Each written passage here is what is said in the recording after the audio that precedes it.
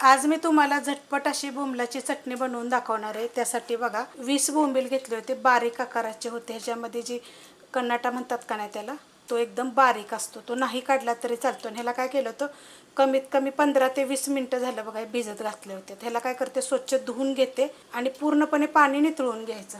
हे जे बोंबील आहेत ना, हे सुके बोंबील आहेत, पूर्णपणे बघा स्वच्छ धुवून घेतलेले आहेत, पाणी नितळून घेतलेले आहेत। हवा असेल तर थोडंसं याला पुसून सुद्धा घेऊ शकता। तवा ठेवलेला आहे आणि त्याच्यामध्ये बघा एक पळी तेल गरम करत ठेवलेलं आहे आणि त्याच तव्यामध्ये मी धने जिरे भाजून घेतलेले।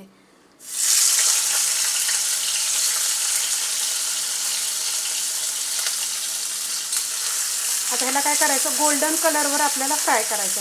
अशा पद्धतीत बघा गोल्डन कलरवर फ्राय करायचे, म्हणजे खूप छान लागतं। आता ह्याच्यामध्ये ना बोंबील काढल्यानंतर ही जी तेल राहतं ना, ह्याच्यामध्ये एक कांदा तुम्ही एकदम असा गोल्डन कलरवर, जसं आपण बिर्याणीला वगैरे कसा वापरतो तसा जरी केला ना आणि ह्याच्यामध्ये मिक्स केला तरी पण चालेल, खूप चविष्ट लागेल। आता हे मी काढून घेते, गॅस बंद करते। मिक्सरचं भांडं घेतलेलं आहे, 1 चमचा धने बघा असे भाजून घेतलेले, जास्त लाल करायचे नाहीत, अशा पद्धतीत भाजून घ्यायचे।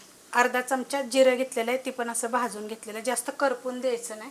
1 चमचा मिरची पावडर घेतलेली आहे, तिखटवाली आहे ही, तिखटाप्रमाणे घ्या, तुमच्या कमी जास्त केलं तरी चालेल।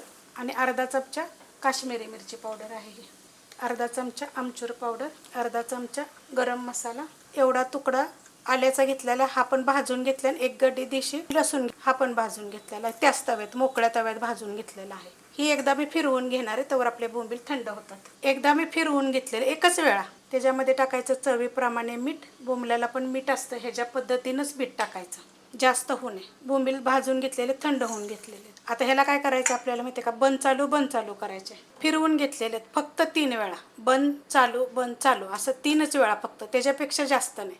कारण जे आपले बोंबील भाजलेले आहेत का नाही, ते एकदम कुरकुरीत झालेले, ते अशा पद्धतीत आले पाहिजेत, असे दरदरे राहिले पाहिजे ते, त्यामुळं काय होतं, चव खूप छान लागते। आणि ही चटणी कशी आहे माहिती आहे का, प्रवासाला नेलं तर तुम्ही 8 ते 10 दिवस टिकेल। ह्याच्यामध्ये अजूनसुद्धा मिरची पावडर टाकू शकता तुमच्या तिखटाप्रमाणे।